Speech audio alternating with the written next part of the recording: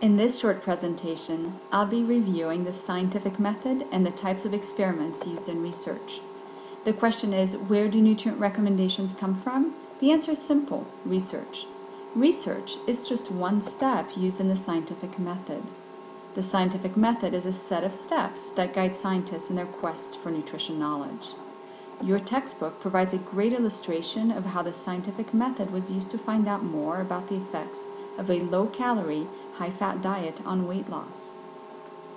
This quest starts with observation and questions. This is step number 1. In the 1950s, physicians noted that in short-term experiments, people eating a low-calorie, high-fat diet lost weight more quickly than people eating a low-calorie, high-carbohydrate diet. This led them to the next step, step 2, to generate a hypothesis. Hypotheses can be described as an educated guess to explain an observation. In our case, the hypothesis was that low-calorie, high-fat diets led to more weight loss over time than low-calorie, high-carbohydrate diets. In order to test this hypothesis, step 3, research experiments were conducted. For 1 year, researchers followed 63 people assigned to either a low-calorie, high-fat diet or to a low-calorie, high-carbohydrate diet.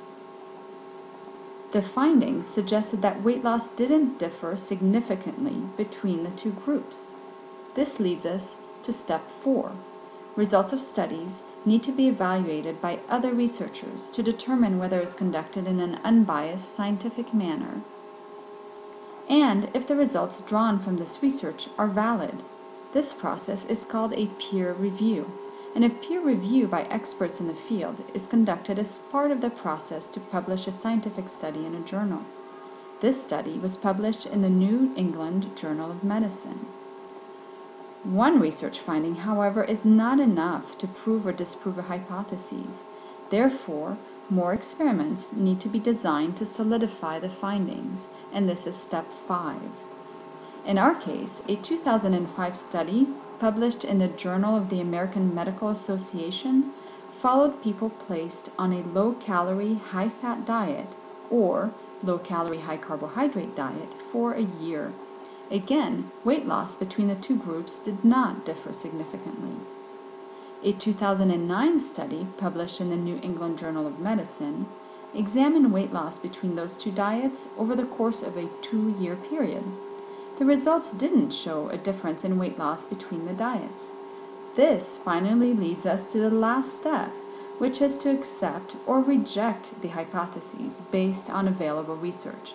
In our case, the hypothesis is rejected, meaning that reduced calorie diets, regardless of whether protein or carbohydrates are emphasized, result in weight loss. When many experiments point to the same conclusion, a theory is formed. But are all research studies equally convincing?